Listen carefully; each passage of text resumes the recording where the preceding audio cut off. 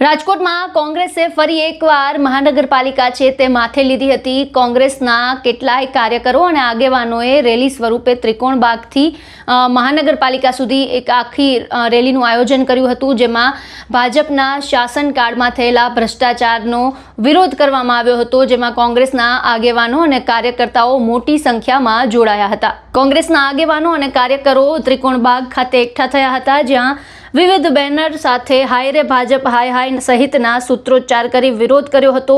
બાદમાં પગપાળા જ રેલી યોજી કોંગ્રેસ આગેવાનો મનપા કચેરીએ પૂર્વ મેયરના ગેરકાયદે બાંધકામ સહિતના મુદ્દે રજૂઆત કરવા પહોંચ્યા હતા। આ દરમિયાન કાર્યકરોને અંદર જવા દેવામાં નહીં આવતા ભારે હોબાળો મચાવ્યો હતો, જેથી કમિશનરની ચેમ્બર બહાર રામધૂન બોલાવી હતી। જો કે બાદમાં મુખ્ય આગેવાનોની સાથે કમિશનરે મુલાકાત કરતા મામલો થાળે પડ્યો હતો।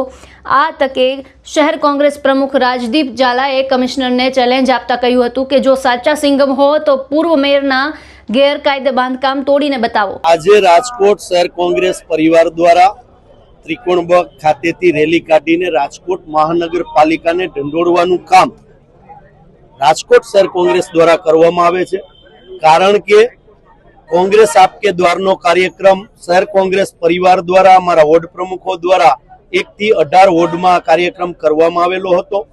ત્યાં વ્યાપક ફરિયાદો ક્યાંય ને ક્યાંય લોકોની મળેલી હતી।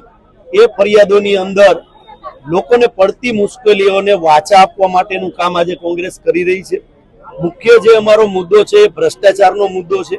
ભારતીય જનતા પાર્ટીનું જે શાસન વર્ષોથી મહાનગરપાલિકામાં ચાલી રહ્યું છે, એ શાસનની અંદર ક્યાંય ને ક્યાંય રાજકોટના પ્રથમ એક્સ મેયર એમના પતિદેવ દ્વારા જે સરકારી જગ્યા ઉપર યુએલસીમાં અરજી કરેલી છે, સરકારી જગ્યા છે, છતાં પણ બાંધકામ પણ પરવાનગી વગર થયું છે અને બહુ મોટું બાંધકામ થયું છે, અને જે ચોથી જાગીરે આ જાહેરાત પણ કરી છે, વિરોધ પક્ષ તરીકે અમે પણ વિરોધ કર્યો છે।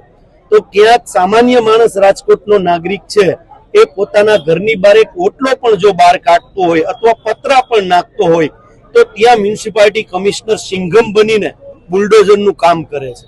ક્યાંક ને ક્યાંક ગરીબ વ્યક્તિઓ જ્યાં વસાહત પામે છે ત્યાં બુલડોઝરનું કામ ચાલી રહ્યું છે। તો મેયર શ્રી પાસે કેમ કમિશનર શ્રી આંખ મીચોમણા કરે છે?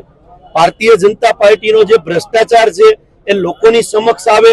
અનેક એવા કિસ્સાઓ આપણે જોયા, કોર્પોરેટરો પણ તોડ કરતા પકડાણા, ભારતીય જનતા પાર્ટીના કોર્પોરેટરો તોડ કરતા પકડાણા, એના મેયર પોતે પણ સરકારી જગ્યા ઉપર બાંધકામ કરતા પકડાણા।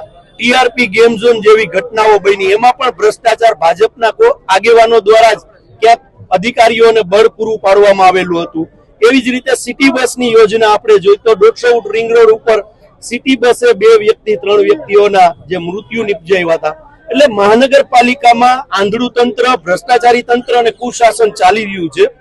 કુશાસન જે ચાલી રહ્યું છે અને commission corporation Bharatiya Janata party દ્વારા ચાલી રહ્યું છે, અને ભ્રષ્ટાચારના વિરોધમાં આજે કોંગ્રેસના તમામ આગેવાનો, કાર્યકરો અને સમગ્ર રાજકોટના વોર્ડ પ્રમુખશ્રીઓ બધા સાથે મળીને આજે કોર્પોરેશન દ્વારા જે આ ભ્રષ્ટાચાર કરવામાં આવી રહ્યો છે, લોકોને પડતી મુશ્કેલીઓ થઈ રહી છે, એના પડતર પ્રશ્નોને આજે અમે એકઠા કરી અને આખા રાજકોટના મહાનગરપાલિકાને ઢંઢેરવાનો કાર્યક્રમ શહેર કોંગ્રેસ દ્વારા કરવામાં આવેલો છે। મહત્વનું છે કે ખૂબ મોટી સંખ્યામાં કોંગ્રેસના કાર્યકર્તાઓ અને આગેવાનોએ આ રેલી યોજી હતી, અને ત્યારબાદ ભાજપ હાય હાય સહિતના સૂત્રોચ્ચાર સાથે મનપા કચેરી ગજવી મૂકી હતી। જો કે અંતમાં કમિશનર દ્વારા આગેવાનો સાથે મુલાકાત કરવામાં આવતા મામલો થાળે પડ્યો હતો।